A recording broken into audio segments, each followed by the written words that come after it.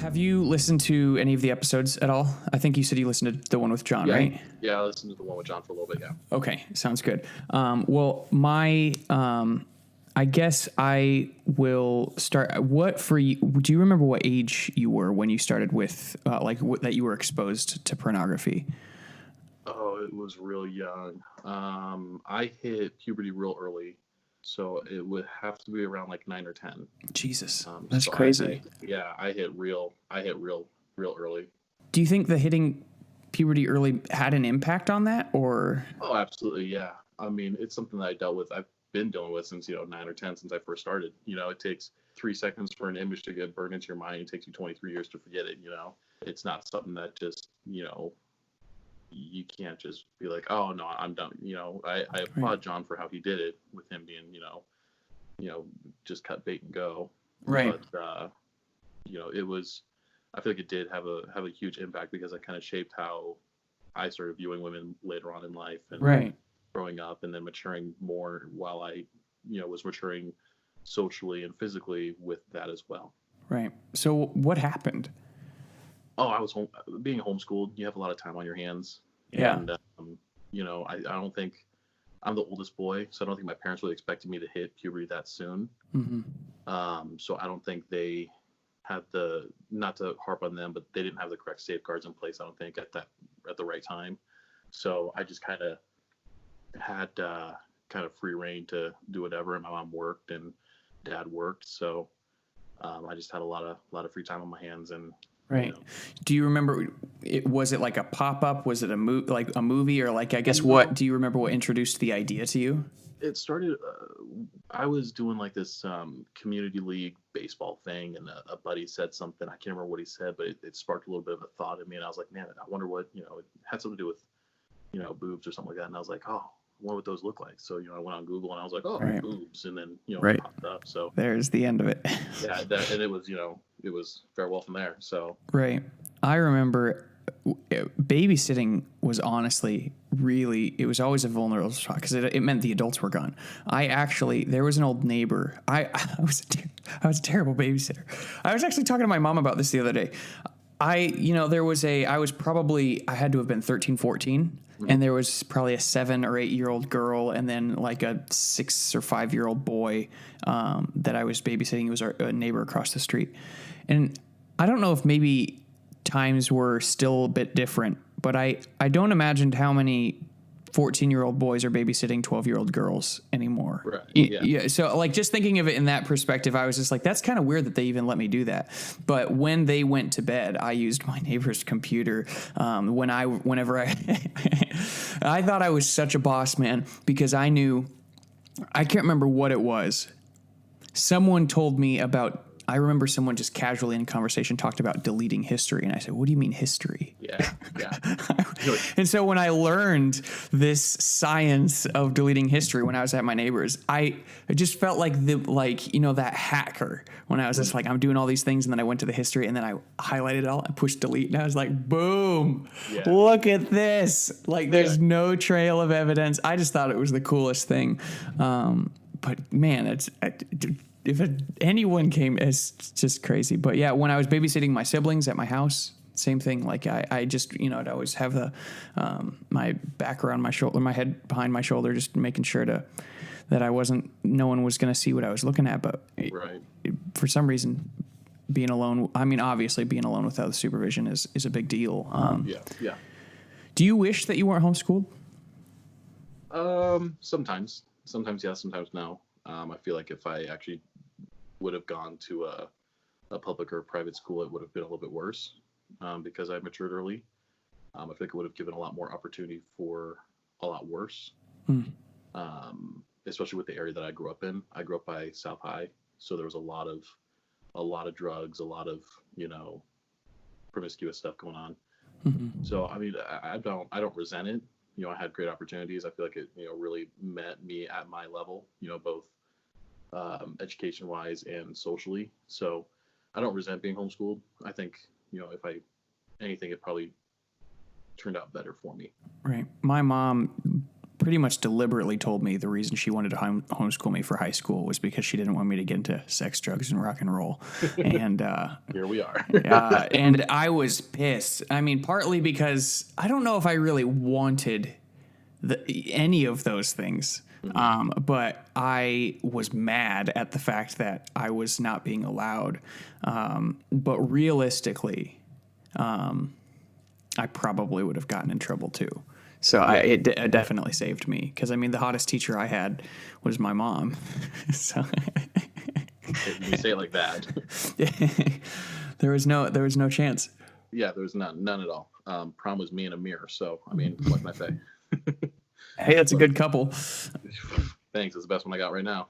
So, yeah, no, that was kind of how it was for my mom, but at the same time. Oh, she was your hottest teacher too? No. Moving that around. Okay. You know, it was just more money for them, as well as, you know, location wise. So they didn't have the money to put us into a nicer school, so they had to homeschool. Otherwise, they put us in South, which would have been terrible. Right. I really, really wrestle with that, like how much protection versus how much trust. Like, I mean, I just don't know. I mean, we don't have kids yet, but I do not like the sheltered mentality. I hate it and I don't know if you could say at all costs it's not worth it, because I don't think that's the case, but I'm really struck by how much we try to prevent our kids from seeing certain things when, I mean, in reality, you're just gonna, I don't know.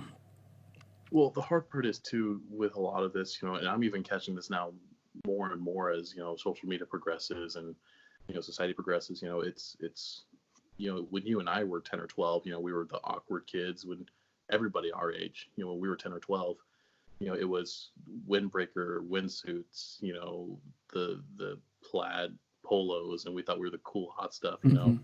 Now it's like you can't tell a 13-year-old from a 21-year-old, you know. There's definitely that. And I mean, they have access to, like, I mean, they all have phones. They're all wearing makeup.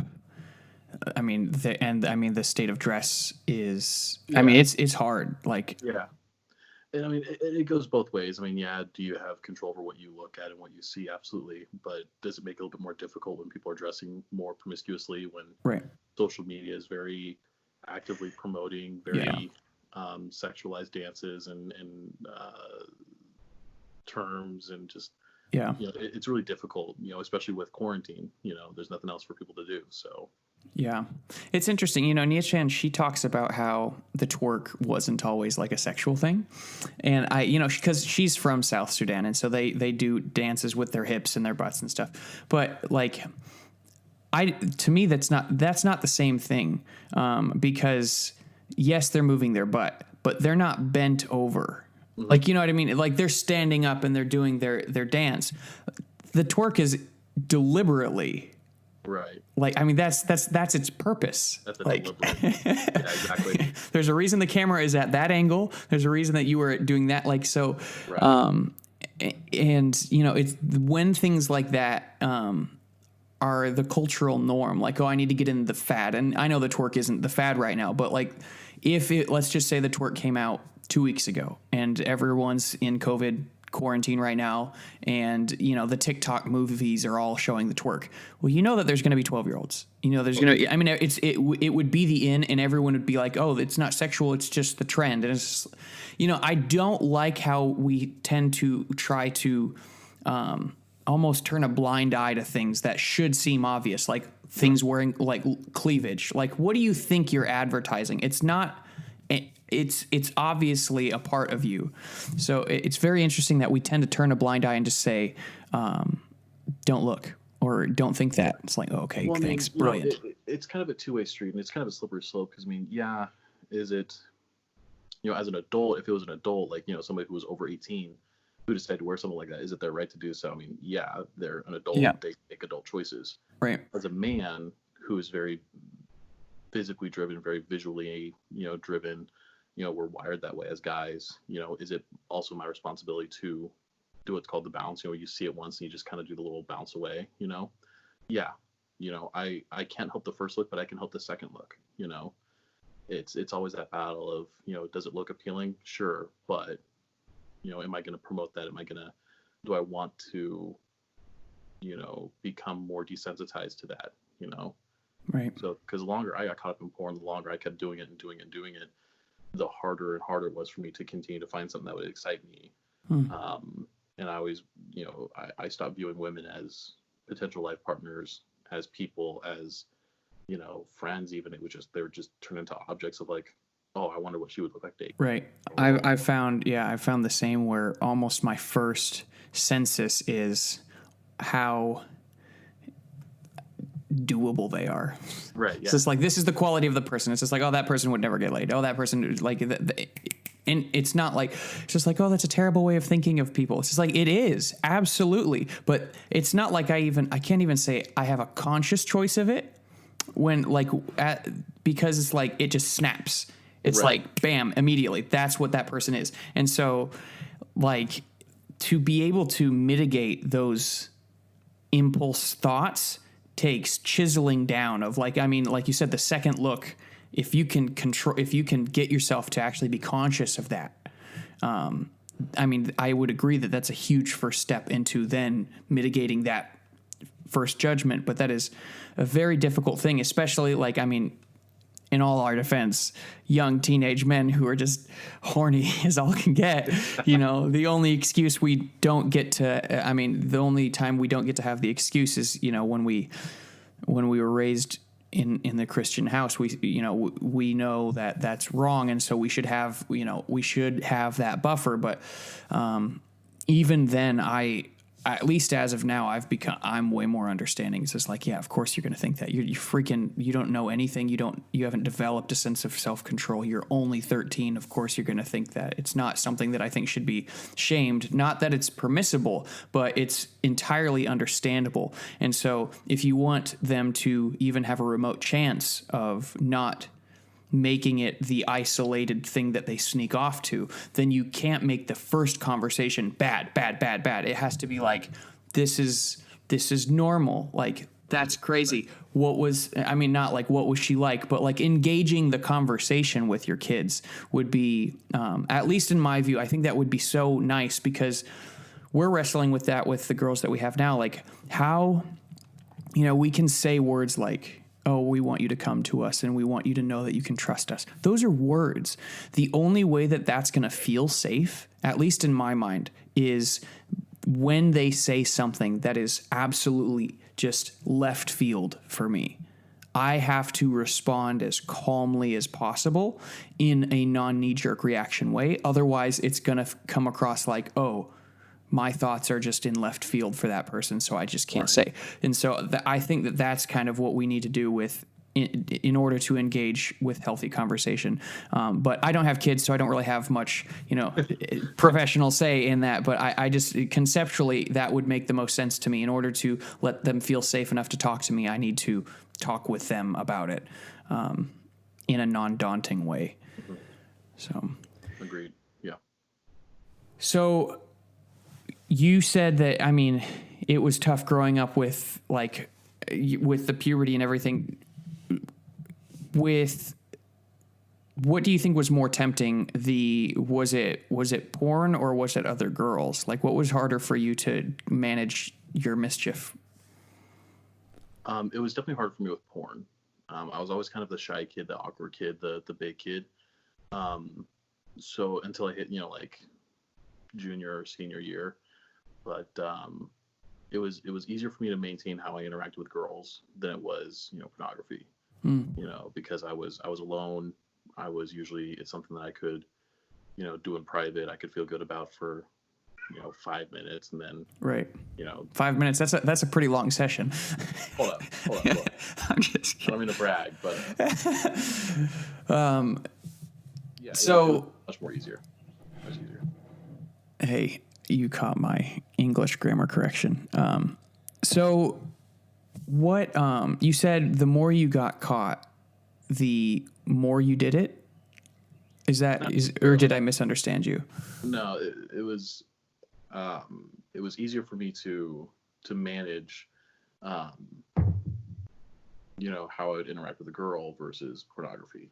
Pornography for me just kind of took off and just went very rampant. I mean, I had, stashes all over the house. Right. I mean, it was bad. I think my brother. So did you have like magazines, or did you use the internet? Print offs? Actually, I would print stuff off. Wow, So, that's risky. yeah, it was very risky. So whenever my mom would leave, I would just go through there, just pow pow pow pow, just print stuff off real quick. Right. It's crazy how quick that impulse is. Yeah. Like, and I mean, I still deal with that. Like when I'm married, like sometimes I will be reading. The furthest thing from porn is on my mind, and then the last person in the house leaves, and it's immediate. It's just like amazing how quick that response is. Yeah, exactly.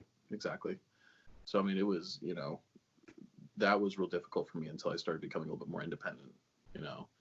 Then that's when you started realizing, oh, the real thing's a lot better. Right. But so no, I don't think I got caught a whole lot actually. What was the worst experience of getting caught? Geez. I think the worst one was this is before I figured out, how to delete your history. My dad woke me up at like midnight and he had like just a whole ream of paper. Oh no. I want to talk to you about something. And he just sat down. He just, just pages and pages and pages of it. I don't know. That was probably the worst because I could actually see, over the time span of like, a few weeks or, close to a month of, how much I went through. And it was just like. Oh, so it was the history. Yeah, it was I thought it wasn't the images that you were printing. No, I was going to say, geez, man, that's just like flip. Right. Flip. And you're like, oh, yeah. No, it was the print off of the history. Okay. Of the internet history. So that was probably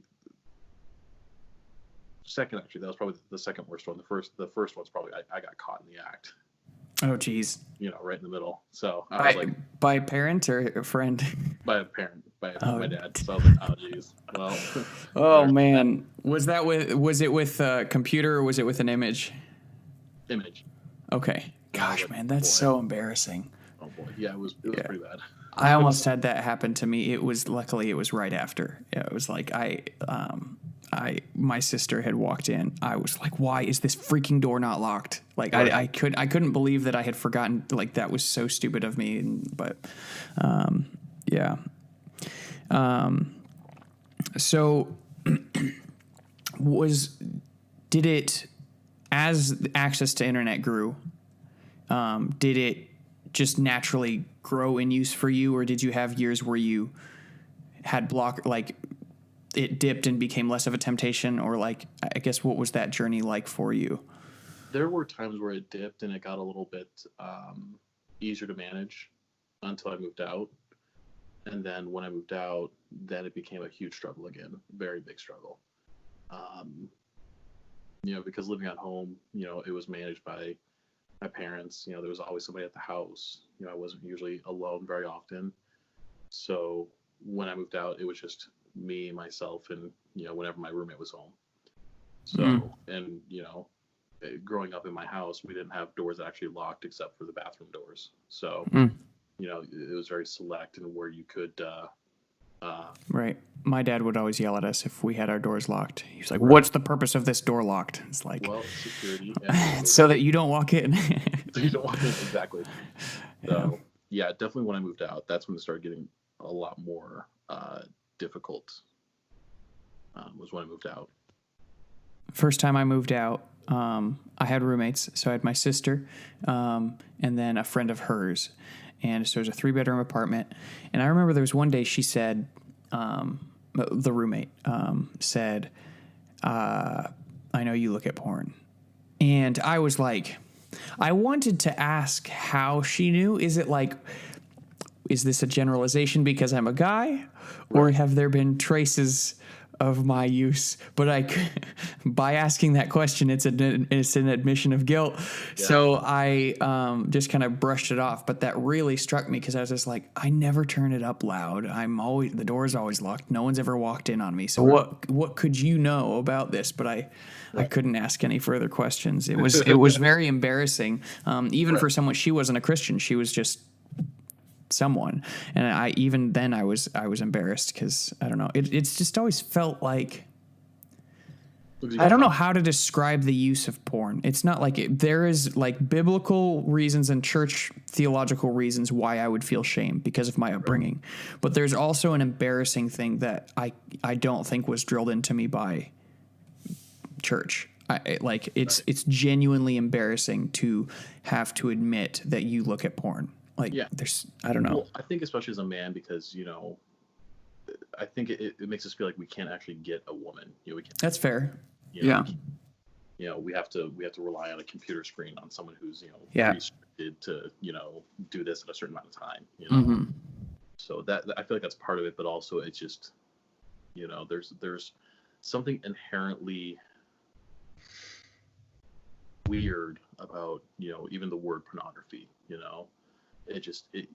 you just hear it and you can see people just kind of like cringe a little bit and right. kind of like, get that little uncomfortable giggle in them. So I think there's just something inherently just wrong about it and people know it, but the very few percentage will admit it, Have you ever had like friendships where you were like the camaraderie was so strong that you guys could just casually talk about porn as if it was a natural state of life?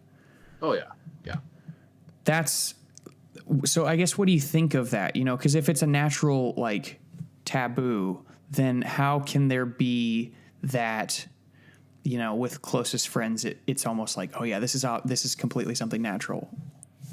Because you're not the only one doing it. When you're by yourself, you feel like you are the only one. You feel like you're the only one that struggles with this. I mean, especially my accountability partners. Me and my best friend, we would just sit down some nights. We'd just be like, we hit some dark places, or we just be like, we hit some really weird ones, where they were just stuff for good laughs and, not even trying to like, be inappropriate about it or egg each other on about to watch it. It was just more of, just sit down and talk like, man, we did some pretty stupid stuff, or we saw some pretty weird stuff, and there's just some really effed up stuff out there, But, I think it's being able to talk to it with your buddy. It makes you realize that you're not the only one who deals with it or who struggles with it, and it feels more comfortable knowing that. Versus when you're alone, you are then the only person who deals with it or who struggles with it, Right. So it's more of a comfort thing to know that you're not the only one. Right. So do you think that applies to, like, so I've had coworkers just who they would look at porn and they'd talk about like just how, their favorite model or, and, it just as a natural state of life, like, oh, this is mine. This is what I do. And just joking about when or what you do. And that was interesting for me because it's like, there's an environment in which it seems to be there, no shame.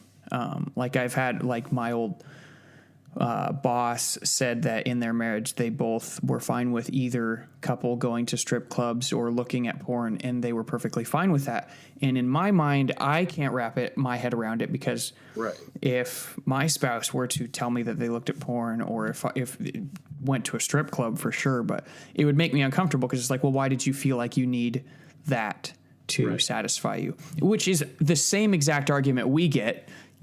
So it's a fair argument when girls throw it at us. Not trying to give ourselves any excuses. But I find that absolutely fascinating that there's an environment where people can just think this is just the natural state of living and there's no shame in it. And it's just like, yeah, this is mine. This is my model. This is my this. And my husband looks at it and that's fine. It's like, what? Like that's crazy. You know what I mean? Because for us, growing up in the church, that is not the experience with porn whatsoever. Absolutely not. That's polar opposite. Polar opposite. I think, in the secular world, it's normalized now, especially with media. I mean, pornography is everywhere, whether it's softcore, hardcore, it's literally everywhere. It's on commercials, it's on, movies, it's on TV shows, it's literally everywhere. I mean, even if you go to Europe, Europe is just bombarded with it. I mean, nudity is legal just about in every sense, in every TV show, they do it for fun. They literally have a TV show about it just for fun, and it's just, in a culture that normalizes it, there's no shame to them, versus us where we know that, this is wrong. So do you think that it's like, actually wrong? Like, that's the thing where it's just like, is it wrong because do we feel the shame because we were taught that it was wrong? Is it actually wrong? Is it something that, if everyone's fine with it, when everyone's fine with it, does it actually damage in the process? Well, one thing we got to remember is we're not of this world, we're just in it. So it's like Sodom and Gomorrah, they were in Sodom and Gomorrah, but they were not of Sodom and Gomorrah. They didn't agree with any of the stuff that happened. They just happened to live there. Nudity itself is not a bad thing. We have cultures and generations of art that surround it, and it's, it can be a beautiful thing, but when you pervert it as such, when it turns into pornography and it turns into, it causes you to lust and stumble, and it then turns into all you can think about, it then becomes a drug. It becomes something that you're addicted to, I wonder if old art paintings ever caused someone some fantasy, like the David statue. It's just like, ooh, that David statue though, I just wonder, because to me, I think that the reason I can distinction it is do you know the show Westworld? Yeah. Have you watched it? Not a whole lot of it. So how there's just all of the robots just sitting there without clothes on, right? Yeah. It's not arousing to me because it's an artistic expression. There's some distinction about, even though in my culture, boobs and butts have been just greatly, what would you say, advertised as complete sex objects. I can tell the difference between an artistic expression and something that's hot, and it might be just what they're doing, but I wonder if that is, if that was always the case. If someone did bring up a big painting, I wonder if there were 14-year-olds who was like, oh mom, please wait, I want to look at the art. Or if it was always if there's always just that distinction, since it's an artistic expression, it's no longer arousing. But I think there's a definition of both. There's definitely a spirit behind everything. So whether it's, a spirit of lust or, a spirit of art, you can always tell the motive behind something. You can look at an old Victorian painting of a lady who's just naked on a couch, and you're like, that's not promiscuous. That's just, right. That was art. Well, there's art classes that I was at school, and one of them was they do nude drawings, and luckily I was never involved in them, but I was always scared to death. What do I? Yeah. Because the fact that it's artistic for them does not change the fact that there's a naked woman in front of me, Right. So I've always wondered, I don't know how someone could actually draw. All I would want to do is just take my phone out and go to the bathroom. just to be real. I know that. Unless it's some 40-year-old woman, then, then I'll just draw. But, if it's someone who's attractive, I don't think that I could actually pay attention in class. And, right. I always feared that I would be put in that position. Luckily I'm out of the art field, but. And I think it comes down to, I'm not the best Christian, so I'm not fully versed in, what, how the Bible goes into nudity and whatnot. And, we came into this world naked. We're going to leave the world not necessarily naked, but, that's how God made us. That's how we were supposed to be. But it was meant as, a couple between a man and a woman. There was supposed to be no shame between them, whether it be both, spiritually, emotionally, physically, mentally.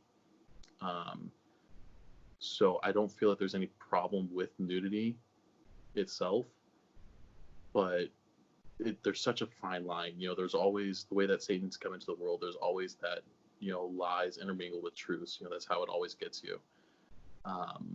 So, I think when it comes to something like that, with art, I think, as bad as this sounds, it always comes down to the like I said, the eye of the beholder. It comes down to somebody who, for a guy like me, if I was in an art class like that, would it cause me to stumble? Probably. Would I have to leave? Probably. For some other person, would it? Probably not, because they have the distinction. They can separate it, Yeah. But I do think that just comes down to each individual. Yeah. I do find it quite, I know that there's some studies talking about the damage, apparently active users in porn are 50% more likely to get divorced. I don't know how broad that study was. I don't know how much it was hammered against, like how accurate is that study, or is it like a study of 14 people? Right. Which is an important distinction. I don't think a lot of people really stop to pay attention to where the stats come from. Like, Right. is it a statistic from one state, from one town? Was the group pre-selected? Was it volunteer? Like, I mean, there's so many things. Couples, Right. How long did they follow them? What's the definition of regular porn use? Right. What was the status of the conversation of porn? Like, was it a secret and then found out? Like, there's so many factors. So not to give a potential like, oh, it could work out if it was just under the right conditions, because overall I tend to believe. But I just find it, like I said, like it's just insane that that there's another worldview out there. Not even just worldview, like literally a frame in which you process and see the world, where porn is literally just normal and absolutely no shame. Like, I am skeptical and I'm like, oh, there's just shame and you're just bottling up. But maybe they aren't, like maybe I'm just trying to take their word as it is. Like, I mean, you're telling me that you don't feel anything, so I'm going to trust that that's actually what you feel, which is, I mean, I find that absolutely fascinating. And I don't know. I don't know why I'm bringing it up, but just kind of like, not to give a justification for, is porn good, or is it just because Christians say it's not good? But it's always nice. I mean, it's always nice when you can find science back up why you should follow Scripture. But if there isn't, then you've got a question of like, well, I've just got to follow the rules, which can be fine. Right. But I do find it fascinating. Yeah, and again, I think it breaks it down to culture, how you were raised, how, are you of the world, or are you just in it for the time being? I feel like with somebody who just finds it so natural and has no shame in it, it has something to do with their upbringing. Usually they're exposed to it at a very young age. There was no shame behind it. It was always encouraged, or it was just something that was just always there. Right. What do you think of the idea that porn can be a mitigator for someone who would tend to act out? Like, this person might be out raping in the streets, but, he's got porn. Like, do you think that that's a good excuse for promotion of porn? Or because I ran across something, I don't think it was quite that dramatic, saying like this person, but it's like it's giving you another chance to release, so you don't actually have to release elsewhere, which I get the idea. Right. I mean, makes sense, but I think it comes down to the whole legal standpoint again of, what's legal, what's illegal. We do have to abide by laws where, we are still subject to the authority over us, whether it's, a godly authority or not. We are supposed to respect that authority per God's word. But that comes down to, that's a very, two-sided sword. I can see the benefit of it as a human, as a person, but as a Christian, I can also see how that would be, very, very destructive. For me, if I have a bad day, I just want to go punch somebody in the face. Does that mean I'm going to go to build myself a Westworld droid and beat the crap out of it? No. I mean, it still looks like a human, and but I feel like it could be beneficial, but it could also have very drastic repercussions of, it's like someone chasing a high, Right. When is enough? When can I get more? It only is going to be good for so much, for so long, Right.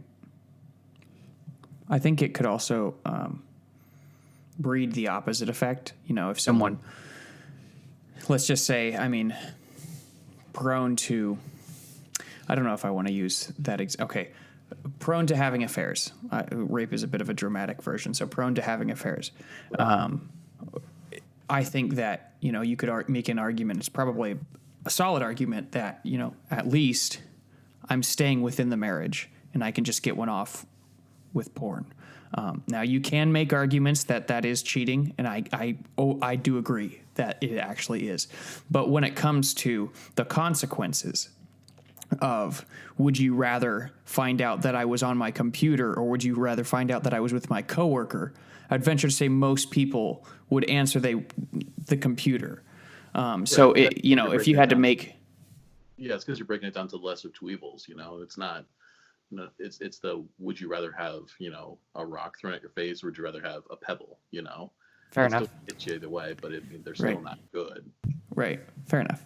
But what I'm saying is, if someone is prone to having an affair and they use porn to justify it as like, oh, this is my way of mitigating, keeping myself from going out and being a hoe, because I always want to be a hoe, and every time I'm at the bar, I see these girls and I want to go talk to them, but I don't, and so I let one off when I get home so that I can keep myself at ease. I get it, but I think also by doing that, and this has been my experience, it chisels away towards that fantasy. Mm-hmm. Like, I have found the more I look at porn, the more I'm prone to an affair. Mm-hmm. Like, the more I think about, like, it would be kind of nice, and that's it. So I don't know if that's universal, but I think that even if you were using it as a way to medicate, I think that it kind of chisels away. What is it? The point that, like when you're trying to, I'm trying to articulate this. When someone's scared of something, we try to think, oh, we need to make them less scared. But according to psychological literature, what actually defeats it is not changing the environment for less feared things to enter. It's to toughen up the person. Get them to realize that they're the type of person that can stand up to the thing that they fear the most. That's the ultimate revelation, right? I think the same thing applies with something like this. The point isn't to reduce the amount of temptation to affair. The point is to build up characteristics in which you are no longer the type of person who would give into an affair. Right. And by using porn to medicate, you are at least not doing that. You're just trying to reduce temptation. And so at least that argument, I could say, you're not building the character that you need to withstand. You're just keeping yourself from being in the worst situation.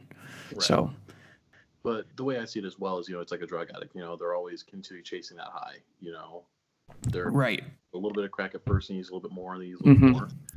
I could see this in that same instance, where, for me, for a long time as well, when I was very heavily using it, I couldn't, I kept having to go with, deeper and deeper and darker and weirder stuff, because just that, your vanilla stuff wasn't working. It was just like, okay, that's fine, So progressively it started getting to darker and darker and darker things, where all of a sudden I sat back one day and I was like, oh, this is not good. Like this is borderline terrible, like, really bad, So I could see it being that, as well as, even if you are using it to self-medicate, you're building up that resilience. So you're wanting to get more and more and more. So then eventually, like, what? The real thing is the only thing that's going to be able to do it now. So they go out and just do it, Yeah. Yeah. I think, and I agree. I think that's kind of that same thing when I'm talking about, like, the more I've found myself prone to cheating is the more active I am. Like, there's a time where I had hidden the fact that I had access for 2 months. It was the only time, hopefully. I mean, I try to be as conscientious as I can to tell the truth. And it was the only time that I consciously, deliberately lied, knowing the consequences. And by lie, I justified it because I wasn't saying words. I just wasn't telling my accountability partner that I had access, and I was pretending that everything was fine with my wife. So I wasn't speaking lies, I was living them. Right. Same thing. But the more I did that, the more the fantasies of having an affair came. And so for me, I can see, if I were to let this thing have its way, the worst that it could go, I don't even know the worst that it could go, but I know it could go some pretty bad places. It would at least end the marriage, and it would at least end in an affair. But that's probably not even the darkest places it could go if my sexual fantasies could just have their way. And so I have found, as frustrating as it is to be restricted, and as much as it takes away that carnal barbaric man that Yeah. like you hear the Vikings stories and you're just like, man, what a life that would have been able to do, to pillage and have whatever you wanted. Like there's that fantasy that's just like, it would be amazing to have that. I just know that it's shallow, and I have to remind myself that it is shallow, and not just because the Bible says it's shallow. Like I know that it's shallow. I mean, the benefits of who I've become while being married is 10 to none. Like, I mean, it's ridiculous. The depression that I had while I was isolated and alone, it doesn't compare to the ability to have someone to slap you in the face and tell you that you're a moron. Like that's more, it's way more beneficial to be told that forever for the rest of your life than it is to have whatever you want. And that's a hard thing to see when you're getting slapped in the face and being told you're a moron. But when you look back, I'm a way better man than I was before I was married. And so that's, it makes it like, it's hard to do what's right, but it's like, you have to be willing to do that mental exercise of like, okay, what happened before? Who was I then? Was the past really as good as I think it is right now? Kind of like, Egypt thinking that slavery was, or the Israelites thinking that slavery was better while they were in the desert. It's just like, oh, at least we had food while we were in Egypt. But the flashes of your memory are so subjective towards the desires and the goals that you have. So when your goal is vengeance, then you only see the negative aspects of the person you want to commit vengeance. When your goal is redemption, you tend to, literally the facts that reveal themselves to you are different. And so in order to stay pure, like you kind of have to, you can't rely on the thoughts that come to your mind. You actually have to consciously do a mental exercise of like, okay, why is this actually worth it? And sometimes it doesn't come, but yeah. Exactly. Yeah.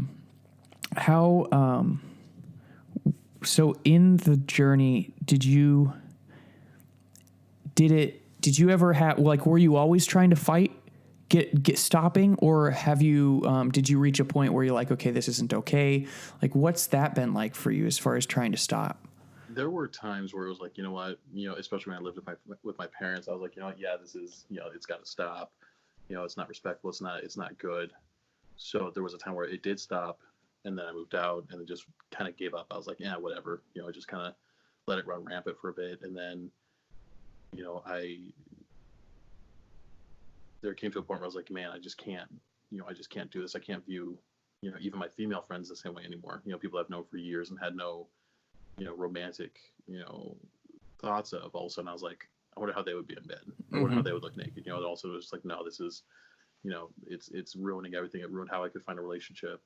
It ruined any possibility of a relationship for me because I couldn't view them as an actual person or a friend. It was just it was just an object, It was a trophy at that point, a goal to get to.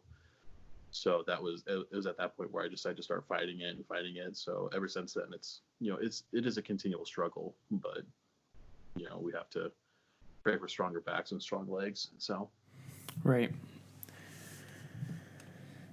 What's been the most useful, like, I don't know, thought process or roadblock? I mean, what things have you had to do to get yourself in check? Is it just, I guess, yeah. What have you done that's been beneficial to keep you away from it? A lot of it is, as bad as it sounds, it is kind of keeping busy. Being active, the more I'm alone or just not doing anything, the more at risk I am. So trying to be with friends or trying to go do something or get out and about, go work out or something like that.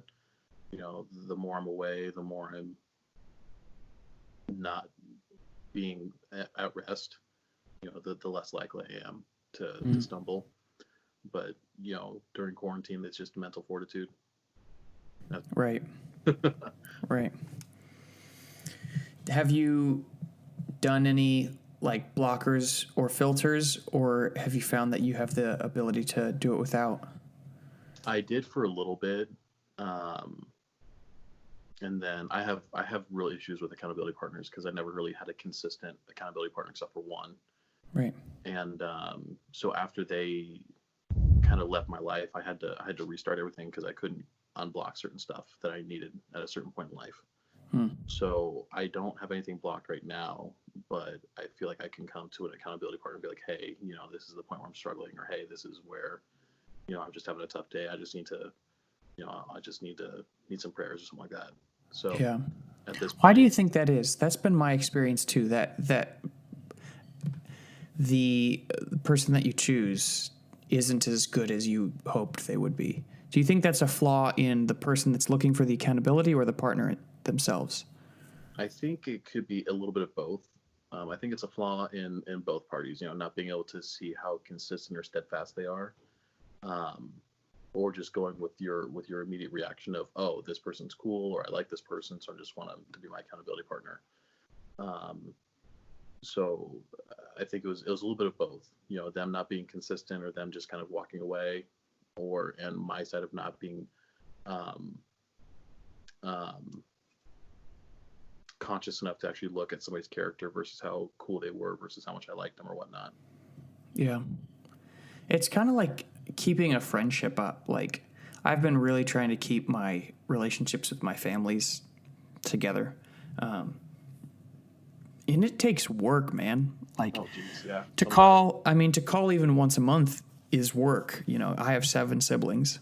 I've got grandparents, I've got parents. So it's at least 15 people. You know what I mean? And like, that's just family. Yeah. Once a month really isn't that often to call. So, that's at minimum. If I just stopped with my family, that's a person to call every 2 days. That's hard. And I think it's kind of the same with the accountability, where on both sides there's a responsibility, and it's difficult for both parties to actually maintain that. Like, I have to continue to reach out to you because I'm asking for your help, so I need to reach out to you. But then at the same time, you need to reach out with me and check up on me. I don't know if I can say.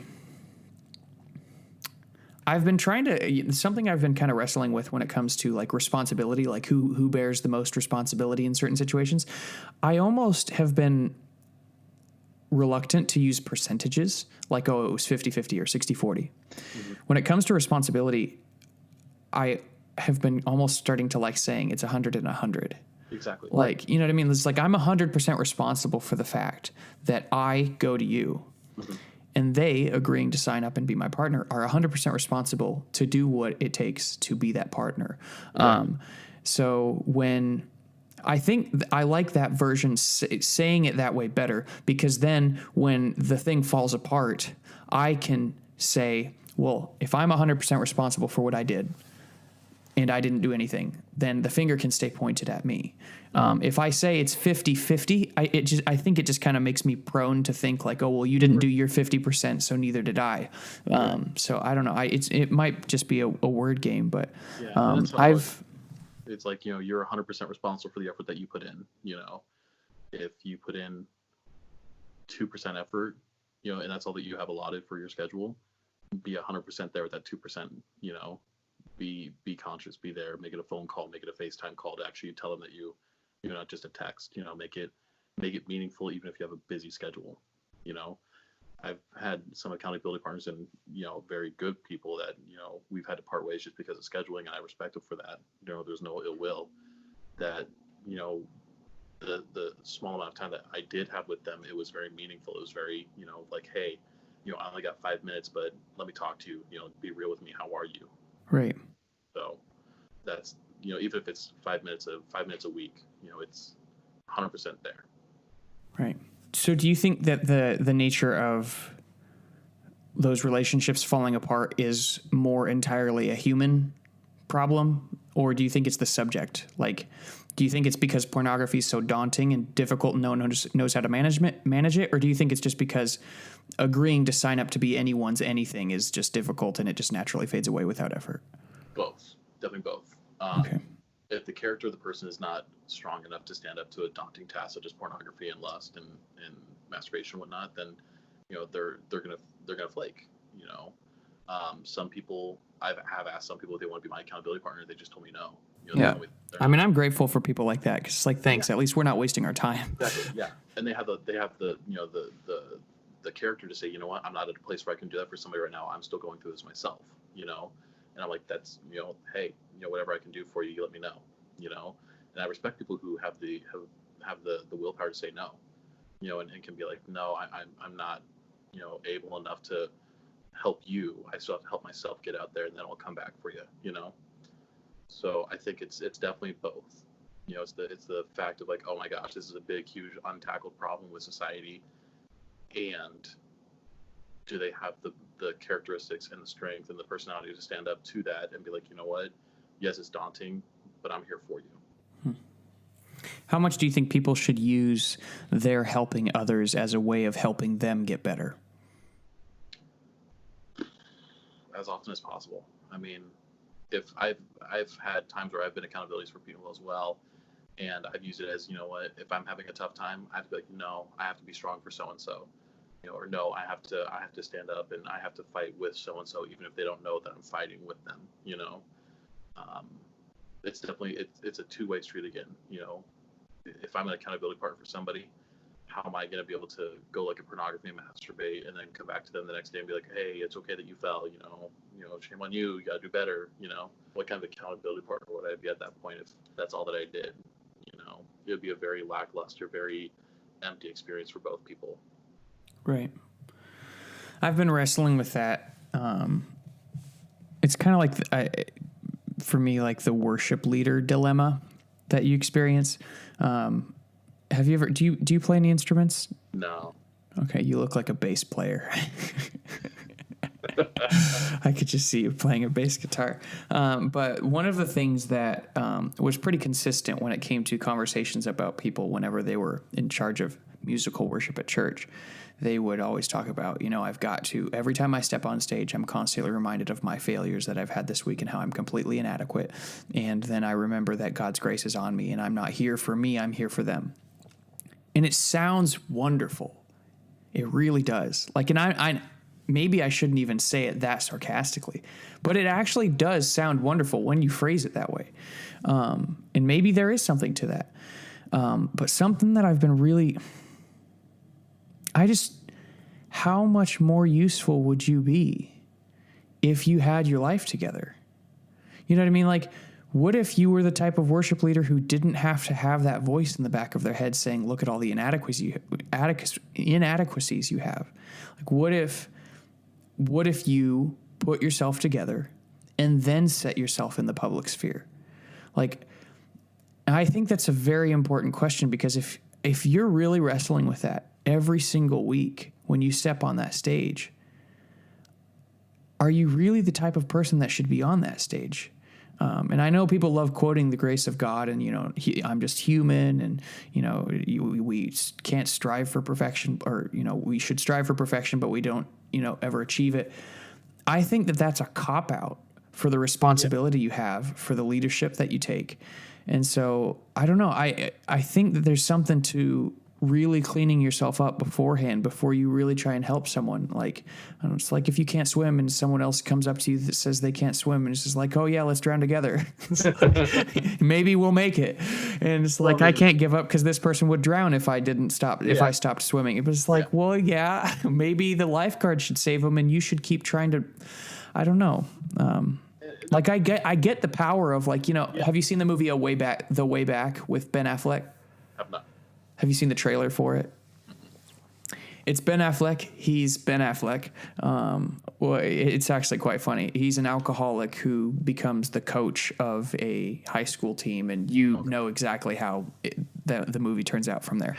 But the movie itself was fine. There was so much missed opportunity, because I do think that there is something extremely powerful about giving someone that chance when they don't deserve it. There's just something, for some reason, when we're put in situations like that, that little part of our soul that hasn't been corrupted gets called out and reawoken. Right. And so I think that there's definitely a profound element to that. But the same time, I just don't know how much we should rely on hoping that tiny little element that hasn't been developed, but this little monster that has been developed, we're hoping that tiny monster will overpower or that tiny little aspect of us will overpower this giant monster that we have participated in. And I don't know how much we should really place that much hope, as opposed to face that dragon first. And then, because that little element of you, that spark of light when you go to help people, that'll show up regardless. It's just when you're fortified, you'll be more useful. I don't know. Like, I've really been wrestling with that. And I took it really seriously when I tried to take on this podcast. You know, like, I should really have my crap together as much as possible before doing this. And I don't know. It's a difficult line to draw with how much you should permit yourself to fail while you're in a position of authority. Well, I mean, the dragon, or the big monster that you were talking about, I mean, that's humanity. That's something that we're always going to deal with. I mean, no matter how great we look on the outside and the inside, it's always going to be something that's there. I mean, we're going to have bad days and we're going to have bad weeks, and you know, at the end of the day, we're human. But I do agree, we have to a degree, we do have to have our stuff together and be fortified in Christ. We have to have our stuff together, relatively speaking. But does that mean that they have to be perfect? No. I mean, No. Yeah. Every time that I've sat down and talked to a potential accountability partner who always came off as, you know, perfect and had their stuff together, I never felt a connection with them. You know, I always connected with the guys who are on the tail end of it, you know, who are almost out, who are almost free. You know, because at that point we were it was an iron sharpens iron thing. We were slogging together. We were going through this together, you know. Everyone always said, you know, mud is thicker than blood, and it's true. You know, I've developed better friendships and better relationships with people who I've been through stuff with than I have with people who I've known for years and years but haven't gone through anything with. You know, you find the characteristics of a true person by how they handle their adversity and how they handle, you know, their own failures when they're in a position of leadership. You know, I have no qualms about, you know, a worship leader who might have had a bad week, because they're human, but they still have their stuff together. You know, they're just still dealing with that little dragon that's always going to be there. Yeah. I just think it just depends, I guess, how long that same dragon is there. Oh yeah, absolutely. I mean, you know, they're totally different. Like someone who's a brand new Christian who just wants to be you know, who's been dealing with, you know, cocaine and the drug life or something, like whatever, just random stuff, and all of a sudden they want to be a worship leader. It was, but someone who has come from that life and is years down the road and is now fortified and hasn't dealt with anything like that, but you know, they're still a human. You know, no matter how hard we try, we're never going to be perfect. You know, the only perfection we can have is the pursuit of perfection and the pursuit of Christ, and that's it. But yeah, there's definitely a difference. But they, you know, if they're a brand new Christian who wants to be a worship leader, that's totally different than someone who's been in their faith for years and has is put together and has their stuff together, both physically and spiritually, but they still have their battles every now and then, you know. Right. Well, I think that falls in line with they've put themselves together a bit. Yeah. Like, you know, they're not like, it's really interesting because I don't think that anyone has a valid excuse to continue a hidden life of pornography. I think that you should fight it. At the same time, I don't know how easy. I mean, I've been fighting this thing actively for at least 4 years, 3-4 years, give or take a few of those stupid months. But, you know, right. And it's a pain in my butt. It's the hardest thing I've ever done. The people say marriage is the hardest thing you've ever done. No, stopping porn is way harder than marriage.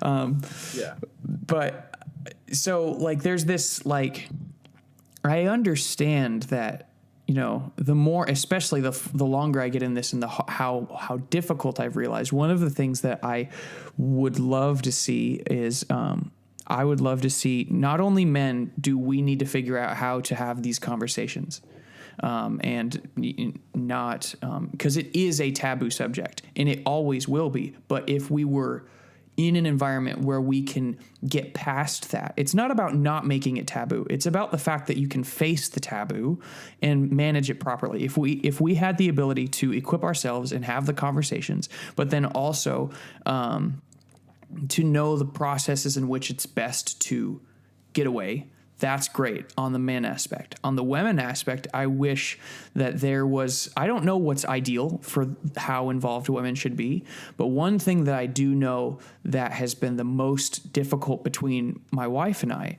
is,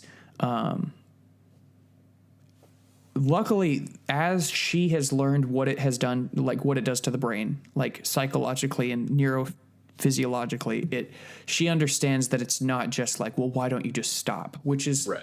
I mean, that in itself would be a huge help for us guys if we were stopped being nagged at, like, why would you do something like that? How could you do something like that to me? What's so bad about me?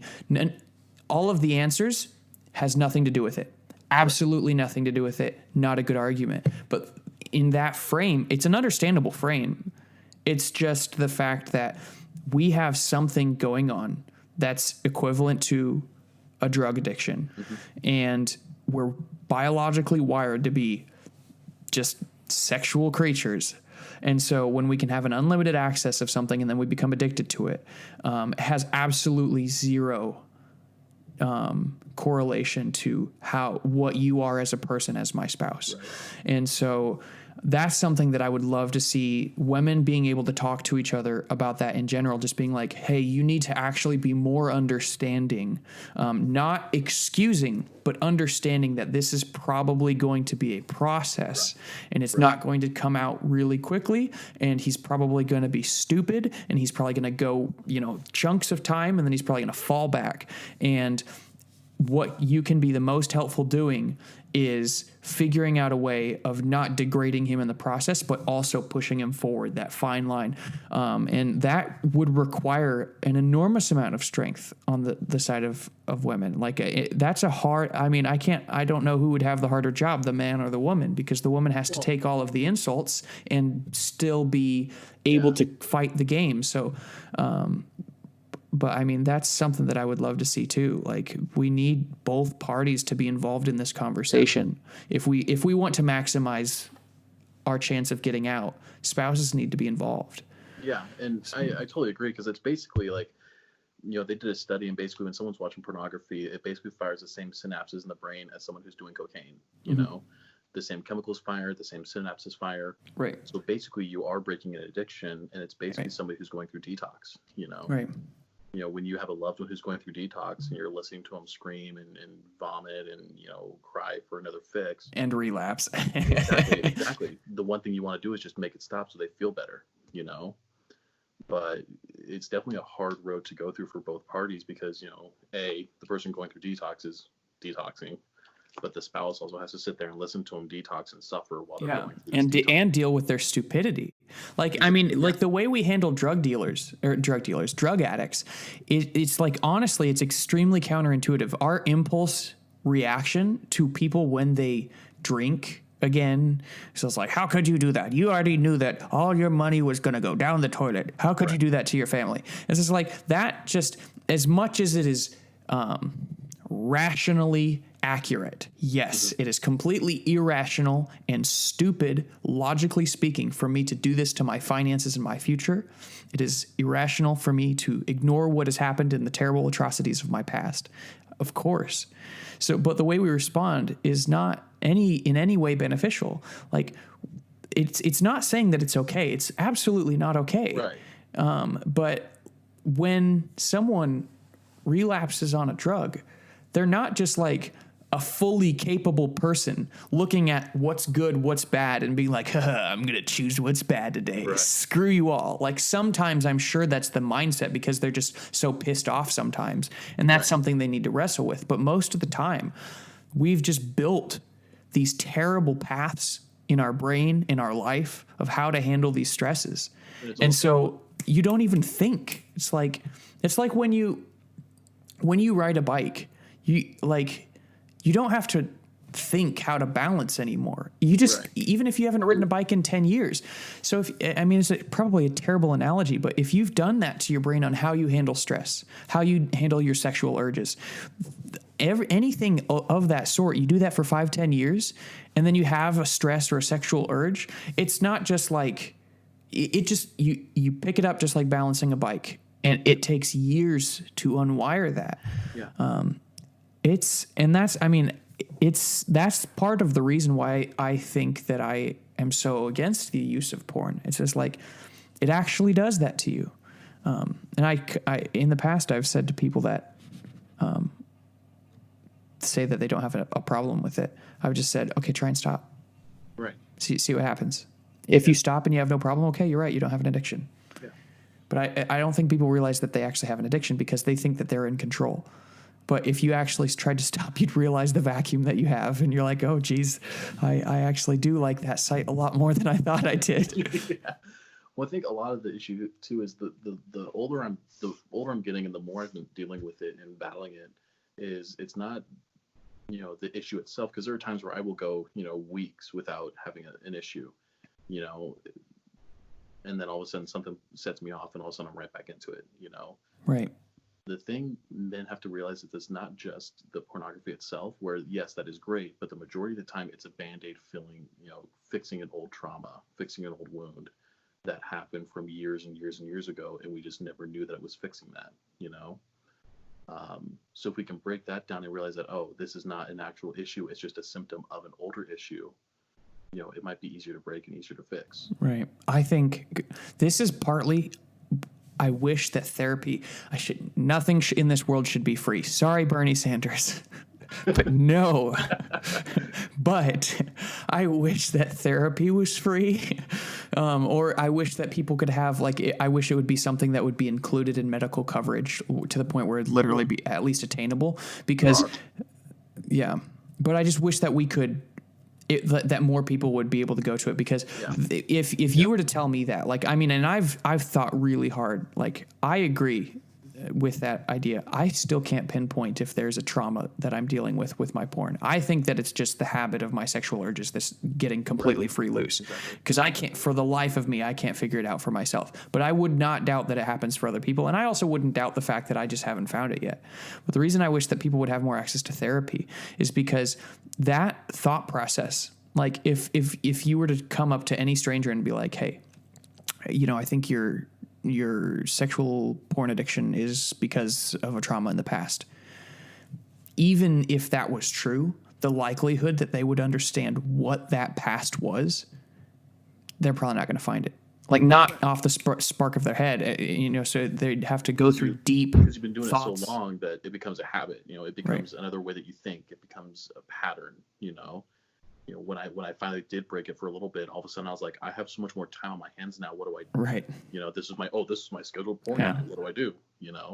It's amazing how much it literally how long in your worst times, how much time does it typically take when you decide to go on the hunting for which video you're going to watch?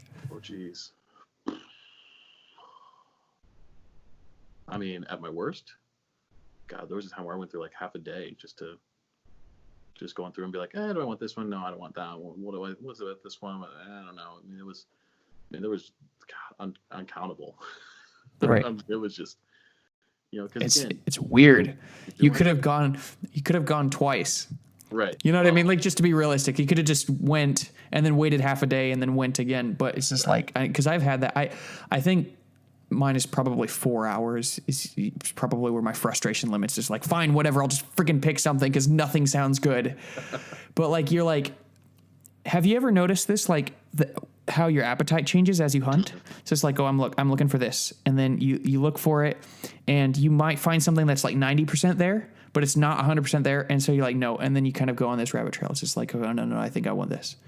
And it's just no, I think I want this. And then this is what I typically find. After 4 hours of searching, I just go back to that first video that I found that was 90%. It's whatever. My 4 hours are wasted. Right. Well, again, I think it's also because you're building that tolerance of, you're building that tolerance in your mind of, what you can take and what turns you on and what gets your cylinders firing, Right. Because I really did find myself more and more going to more dark places on those sites, and it was just all of a sudden I sat back one day and I was like, this is not okay. This is. Did you find that the path was because I've gone to some dark places too, but it's usually a nuance where it's just oh, I feel some beatings today, or something like that, where it's but then it was just okay, that was just a one-off.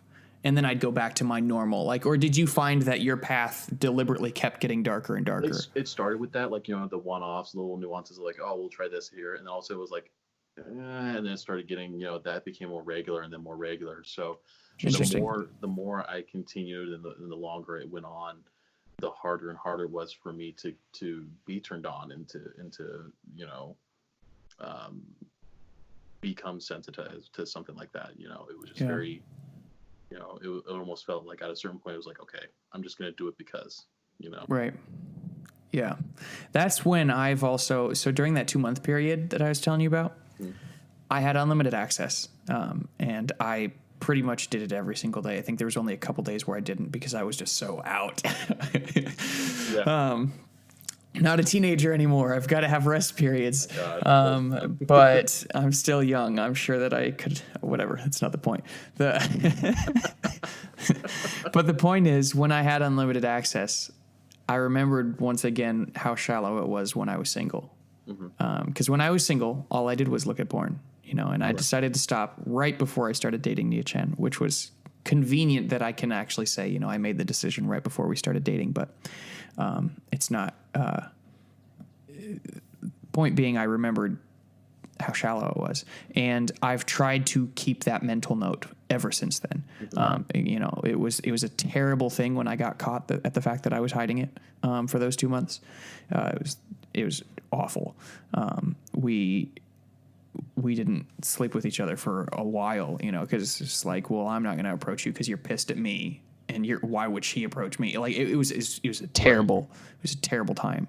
But even to avoid that situation, that's a good enough reason not to lie again, because that was just a awful time. But another thing that I've tried to remember is this, like, unlimited access is not satisfying. Yeah. It sounds satisfying when you can't have access. Like when I'm trying to stop myself now, oh man, it's just like, oh, I wish I had some sugar. It'd really make this pie just perfect. And you don't have sugar and you're just like, dang, this pie is just tasteless and pointless. Like that's how you feel about life, where you're just like, oh my God, if I could just watch it once, if I could just freaking watch it once. This is so stupid. Why can't I just freaking watch porn? Why is this not allowed? Why do they have to create a society where it's not okay to look at porn? These stupid people, like that, and that's what I think. And so I've tried to remember that moment when I was like 4 weeks in, and I was just like, I really don't feel like looking at porn. It's just like, that's weird. So so that's been really helpful. It's not always enough to get me going, but it's definitely enough for me to stop myself from the fantasy of thinking that porn will be the thing that makes my life better if only people stopped restricting me. So that was at least useful. Exactly. But, man. So, I mean, we've had a good conversation. I don't know if I have any questions come to the top of my mind. Do you have, anything that comes to your mind that you want to talk about before we wrap things up? Jumping back onto the thing with Nia Chen, when you did get off your little 2-month bender, not to harp on her, but just going from other previous parts of our conversation, I feel like that also could have been handled better on both parties, because you already felt enough shame and guilt about that you did go on a little bender, and then she probably didn't have the understanding of realizing that, oh, it's an actual struggle, it's due to XYZ. One thing that I learned from some of my best friends who are married to my parents, don't not sleep together. Right. No, yeah, we were sleeping together, but we weren't having sex. But the reason I'm to defend her position on that is I actually didn't. I admitted it when I was questioned, but I never came clean. Like was like I was in the middle of it, and then we were watching Wolf of Wall Street, and God, great movie. Really promote it. Great. And okay. I remembered all of the funny moments. I forgot, I knew that there was sex scenes, but I didn't know that it was only sex scenes with a few funny moments. So we're watching it because I'm just looking forward to this scene that I really just one of the funniest scenes in almost any of the movies I've ever seen. I really liked the movie. I'm looking forward to that. And we're just fast forwarding, all of pretty much every 2 minutes we're fast forwarding something. And she was just like, why are you okay with this? I was just like, okay with what? We're fast forwarding. And she was just like, when was the last time you looked at porn? And I was just like, what does that have to do with anything? And so that was the reason that she reacted so harshly. I was in the middle of it and I hadn't admitted, I hadn't talked to my accountability partner. I wasn't prepared to stop. She caught me then. And so her response was 100% valid. I was an a-hole and I was prepared to continue lying about that. Like I knew that because what happened was she moved to Atlanta a month before me because of the way that everything was. I had to finish my school and I had a month left and she wanted to move down. She was done with her work. And so she moved. That was the month. And so while she was gone and I was living with my grandparents, it was just nonstop. And so when I knew when I moved down there that I wouldn't have enough time and it wasn't going to be okay, but I hadn't addressed that. So when I got caught, like her response was anything was fair game because I wasn't keeping my end of the bargain. If I came to her and confessed to her and said, hey, look, this is something that I did and I'm trying to adjust this, I would agree that there would have been a better way to handle it, but that wasn't it. It was 100% on me. So, Gotcha. Yeah, it was not fun. No, It was not fun having to call my accountability partner either, just being like, hey, well, here's my last 2 months. Let me tell you how my life is ruined right now. Nia Chan and I are not okay. I've been hiding this for the last 2 months. That's why I haven't called you for this long. Like, I mean, it was terrible. And honestly, even after I had gotten caught, I wasn't prepared to stop. Like, I didn't want to stop. That was one of the few moments in my life. I shouldn't say few moments. That was one of the few moments since I had started that I was like, the perspective was, this is just stupid. The only reason I'm going to stop is just to get you to shut up. Right. Like that was my entire mindset for a couple months after that. It took me a while to actually realize, like, this is poisonous to me. My life is better without this. I actually find more meaning without it. And like, so all of the realizations for what it meant for me had to slowly come. But during that moment when I got caught, the only reason I stopped and talked to my accountability partner and confessed everything was just to get her to stop. So I was not healthy. So like, I wasn't in a good spot at all. So I wouldn't recommend it. I would not recommend it at all. Yeah. It's one thing that I don't know how to articulate this, because it's not like I'm grateful that I've looked at porn. I'm not. I wouldn't wish it on anyone. I wouldn't wish the addiction that I have and the difficulty that I've had on anyone. It's absolutely terrible. I don't know if I should correlate it to this, but I'm going to try. It might not be a good bridge, but I'm going to try. I'm going through the Gulag Archipelago right now. And Solzhenitsyn was a prisoner in Russia, and everyone was wrongfully accused, pretty much. You'd get arrested, you'd be innocent, and you would go in getting arrested. You wouldn't cause a scene because you've seen a bunch of people get arrested before, but you think they of course are guilty. So you can't cause a scene when you're getting arrested because then it'll just build a case against you. So you go in calmly, right? And then they just start torturing you. They'll starve you. They don't let you sleep. They put you in boxes full of bed bugs and you get eaten alive by them. And it's for like a week and you don't know why you're arrested yet. And then after a week, they put a piece of paper in front of you and they say, you did this. It's a lie. But they say, if you sign this, this will stop and you'll just go to the labor camps. Well, it's just like, yeah, sign me up, get me out of here. Everyone signed, everyone paid, everyone participated in the lie, which is, I mean, it's one of the, it's crazy because if no one signed, it wouldn't have been able to keep going. But it's not understandable why they signed. Obviously, they signed, right? So then everyone goes to the labor camps, and one of the things that he says, and I was reading this the other day, and it's tearing me apart. Just because he talks about, like, in freedom, you get this ability to you get to conceptualize goodness. You get to conceptualize evil. You conceptualize what would be better in life. But a lot of it is just concepts. And he says, like, one of the things while I'm in prison, you get 10-year sentence. And then after you get out of your 10-year sentence, well, they needed the free labor. So the 10-yearers on their way home, got picked up and put back for another 10-year sentence. And then they increased the minimum sentence to 25 years. So it's just crazy.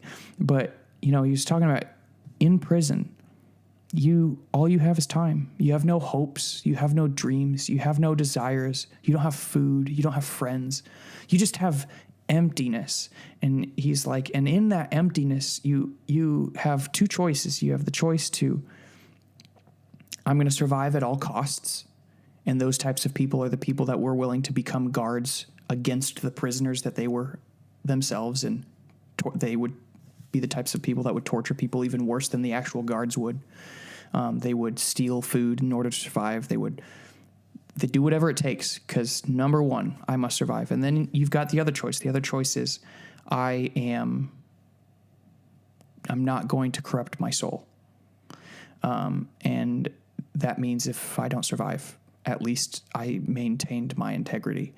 And he said, there was a pastor that came up to him the day before he died, the day before the pastor died, and said, if you go through your life with a fine-tooth comb, you'll come to realize that even though you were arrested for improper causes, you will come to realize that all of your inadequacy and all of your failures and all of the things that you've done wrong, this punishment isn't even enough to make up for all of your failures. And Solzhenitsyn took that seriously. Like, he was just like it's kind of like it's another way of saying it's what would you say, what's the word that people, secular secular way of saying your sins, your righteousness is rags compared to God. It's right. Like that's the secular way of saying that. Like, no matter what, if you look at all your inadequacies, there's no punishment too severe to make up for how much you have let everyone down and yourself down. And he took that serious, and he went through his life and tried to figure out, how can I redeem all of the things that I've done while I'm here? And all you're doing is just being tortured. Like, you're just working for free for Mother Russia. And it's just like, how can you redeem yourself while you're in prison? And the thing that he says afterwards is, he says, thank God for prison. Thank God for what it did to me. I would go and kiss the ground of that prison, of those work camps, because I learned how to truly live. And I just was like, I can't, like, I'm getting emotional just thinking of that, because it's just like, how can you, it's not like you're not promoting the fact that people were tortured and died, like, that's not the point. It's not it at all. Like, it's obviously terrible. And he even goes on to, like, the point of, like, people saying, like, he hangs a lantern over it, just saying, like, oh, well, of course you'd think that because you made it out alive, but what about the rest of them? And of course they didn't. They did what they could to survive. It's just like, yeah, obviously it's extremely understandable. Right. But it's just like the fact that he went through all of those things, and his life was never the same. And he said, I kissed the ground of the work camps. And I'm just like, man, have I even learned what it means to be good? But like, so like, that's kind of what I think of, like, when it comes to this porn thing. I am not at all wishing this upon anyone. Yeah. But the thing that I am extremely grateful for is the fact that I've learned to fight against the hardest thing I could ever fight. And I've built a character for it that wouldn't have been developed had I not experienced the addiction. And now, I mean, I don't even want to say that I can help other people, but, like, I can say things that at least didn't work. Like, okay, I know that if I put up this porn blocker, this is how you can get around it. So at least do this. You should at least include your spouse. I can tell you all of the roadblocks that I've inhibited. I don't know the answer, but I can tell you where I failed. And so it says, like, I can say that, I mean, I kiss the ground, of something like, I'm grateful for the path in which it has brought me. The humiliation is absolutely terrible, but I have become a better person. So it's really hard to say, because it's like, it's not saying that I'm glad I've looked at porn, but I'm so grateful for the character that we have to build by trying to say no to the hardest thing we could ever say no to. So I don't know. yeah, like that's kind of what the best way I can articulate it. So yeah, it's that building of character where, now we can go figure out how to help somebody else, or how to tell them what works and what doesn't work, or, build a podcast where we can help encourage people to be more open about it, or something like that. It's just, this is it. I wouldn't be the same person without it. As unfortunate and great as that is, I wouldn't have the same character. I wouldn't have the same discipline. I wouldn't have the same view on life, view on the world. That's just how it is. Yeah. It's so hard because you just want, it's like, oh man, like the same thing, like thinking about Adam and Eve, like consciousness existed because they ate the apple. Yeah. You wouldn't have consciousness had not sin entered the world. No self-consciousness, or the ability to see good versus evil, the fight to strive towards what's good. And so it's just like part of the beauty, the most beautiful element of life is because of them eating the apple. And so it's just like, so do you wish that they hadn't? And it's just like, it's kind of, I just feel like maybe that's the wrong way of trying to frame it. It's just like, oh, how could you wish that? But it's just like, no. Like I'm grateful despite the suffering. Right. Well, because like in Japan, they had this tradition of anything that would break, like a pot that would break, or a teacup or something like that. They would always repair it with gold, like a gold filament. Mm-hmm. So they're not hiding the cracks, but they're saying, yeah, it was broken, but now it's even more beautiful. Right. Yeah. Yeah, so I agree. Yeah, something like that for me was always beautiful. Yeah, I've seen that, and I find that absolutely just, it's so beautiful to kind of to see that, because it's like I'm grateful for. Like, what is that phrase that everyone loves? God can turn beauty from ashes, or whatever. He can he uses what was intended for evil and turn it into something good. It's that same thought process of like it's just framing it in a different light. So yeah, thanks for having this conversation, man. Like, yeah, man, absolutely. It's really cool to be able to have it with, multiple people. I'm doing my best to try and learn in the process from other ideas, and, just you being willing to show your face and, have this conversation. It is exposure. And so I just want to commend you for that and say thank you, because it's a big deal. Yeah. Well, I'm glad to help, man. Thank you. Thank you for having me. Appreciate it. Do you, if you know anyone who might be comfortable having this conversation, let me know, because I'm going to run out of contacts. So if this were to continue, it would have to be outside of my sphere of influence. So if there's anyone that that might be open to have this conversation, just let me know. That'd be absolutely pretty neat to have someone that I actually don't know to talk about. But yeah, thanks again, and we'll catch up soon. Yeah, sounds good, man. I appreciate it. Have a good one. Yeah.